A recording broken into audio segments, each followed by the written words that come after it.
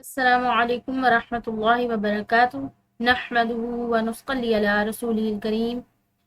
امید کرتی ہوں کہ آپ سب اللہ تعالیٰ کے فضل و کرم سے خیر و عافیت کے ساتھ ہوں گے۔ میں آپ سب کو اپنے چینل ایزی قرآن لیسنز پر دل کی گہرائیوں سے خوش آمدید کہتی ہوں۔ آج ہم پڑھیں گے سورہ بقرہ کی آیت نمبر 153 اور آیت نمبر 154۔ ان دو آیات بینات کی ہم تلاوت بھی کریں گے اور ساتھ ساتھ ہم ان کی تجوید بھی سیکھیں گے انشاءاللہ العزیز۔ تو چلیے بغیر تاخیر کے بڑھتے ہیں اپنے سبق کی طرف، اور سبق کی ابتدا اللہ جل شانہ کے بابرکت نام سے کریں گے۔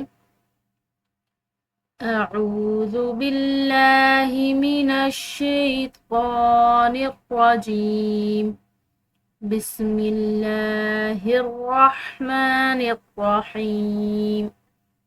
آیات بینات دیکھ لیجیے۔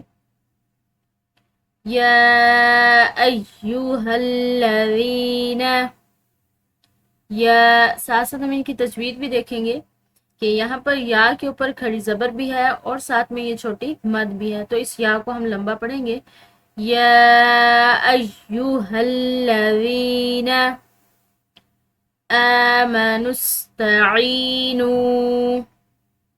حمزہ کے اوپر کھڑی زبر ہے تو اس کو لمبا پڑھیں گے، یعنی کہ ایک الف کی مقدار اس کو کھینچ کر پڑھیں گے۔ آمنوا استعینوا، عین کے بعد یا ساکن، اور اسی طرح نون کے بعد واو ساکن، تو جہاں بھی یا ساکن ہو یا واو ساکن ہو تو اس حرف کو جو ہے ایک الف کی مقدار لمبا کر کے پڑھا جاتا ہے۔ بالصبری، بالصبری، قاد موٹے اور پر حروف میں سے ہے، ٹھیک ہے، اور آگے یہ با حروف قلقلہ میں سے، اس با کو ہم نے ہلاتے ہوئے پڑھنا ہے۔ اگر اس کو پڑھیں بالصبری، بالصبری، ٹھیک ہے، با کو روک کر پڑھیں گے تو یہ غلط ہو جائے گا، بلکہ اس با کو ہلاتے ہوئے بالصبری والصلاة، والصلاة، یہاں پر جو ہے یہ وقف مطلق کی علامت ہے، تو یہاں پر جو ہے ہم نے وقف کرنا ہے۔ ان اللہ، یہاں پر جو ہے یہ نون مشدد ہے، تو جہاں بھی نون مشدد ہو یا میم مشدد ہو تو وہاں پر غنہ کیا جاتا ہے۔ ان اللہ، لفظ اللہ کی لام موٹی پڑھیں گے کیونکہ اس کے پیچھے والے حرف یعنی کہ نون پر زبر ہے۔ مع الصابرین، معس عین حلقہ حروف میں سے، مع الصابرین۔ اگلی آیت مبارکہ دیکھیے۔ وَلَا تَقُولُوا، قوف کے بعد بھی واو ساکنہ ہے اور لام کے بعد بھی واو ساکنہ ہے، تو جہاں پر بھی واو ساکن ہو اس کو، اس حرف کو جو ہے ایک الف کی مقدار کھینچ کر پڑھا جاتا ہے۔ وَلَا تَقُولُوا لِمَن يُقْتَلُ، لِمَن، نون ساکن ہے، اس کے بعد یا، یعنی کہ چار حروف یا واو میم اور نون میں سے ایک حرف یا یہاں پر موجود ہے، تو جس کی وجہ سے یہاں پر جو ہے ادغام بالغنہ، یہ ادغام ناقص کریں گے۔ لِمَن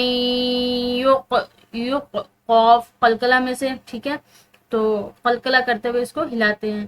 لِمَن يُقْتَلُ فی سبیل اللہ، یہاں پر لفظ اللہ کی لام باریک پڑی جائے گی کیونکہ اس کے پیچھے والے حرف یعنی کہ لام کی زیر ہے۔ اموات، اموات، یہاں پر وقف مطلق کی علامت ہے تو یہاں پر ہم وقف کریں گے، یعنی کہ اس تا کو روک کر پڑھیں گے۔ اموات، بل احیاء،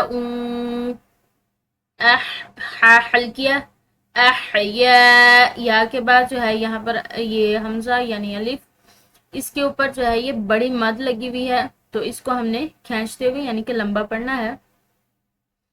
احیاء،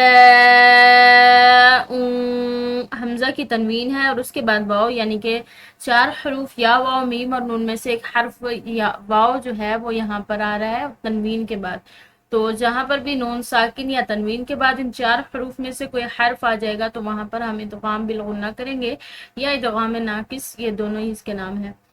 احیاء ولکن لا، اب یہاں پر جو ہے یہ لام مشدد ہے اور مشدد حرف جو ہے وہ 2 دفعہ پڑھا جاتا ہے، ایک دفعہ اپنے سے پیچھے والے حرف کے ساتھ ملا کر اور دوسری دفعہ خود اکیلا۔